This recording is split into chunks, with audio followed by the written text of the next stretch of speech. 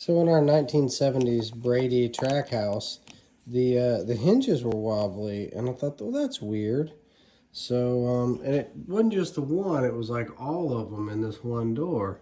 And so I thought, well, they're not tapped all the way. And I pulled these out. These are only 3/4 inch screws, so I decided, well, I'll just put a 3 inch in and just be done with it. So check this out.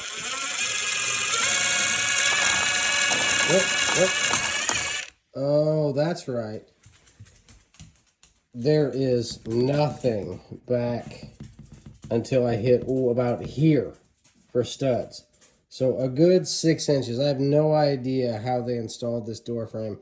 I kind of want to take it apart and cut the drywall and see, but yeah, that's where I am. So I got to figure that out.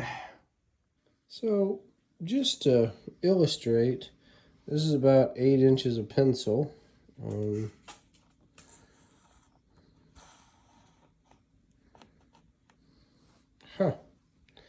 No structure whatsoever anywhere back here. It boggles the mind.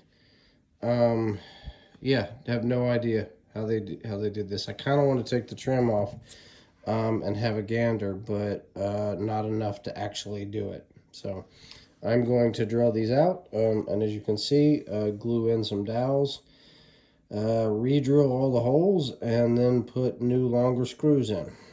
That's my plan anyway.